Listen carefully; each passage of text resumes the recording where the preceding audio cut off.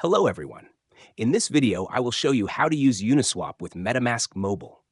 First, launch the MetaMask mobile app and log in with your credentials. Once you are in, select the network you want to use, such as Ethereum Mainnet, BNB Smart Chain, or Arbitrum One on the top left corner of the screen. Once you have done that, next, navigate to the browser section, located next to the swap button at the bottom of the page.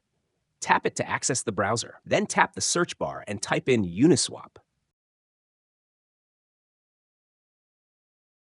Once the UNISWAP page loads up, tap on the Connect button on the top right.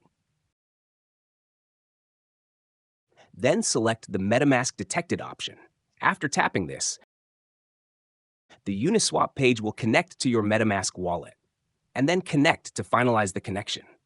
Once connected, go to the Swap option, and in the first section, select the token you wish to swap. In the second section, choose the token you want to receive, enter the amount to swap, and you're ready to go.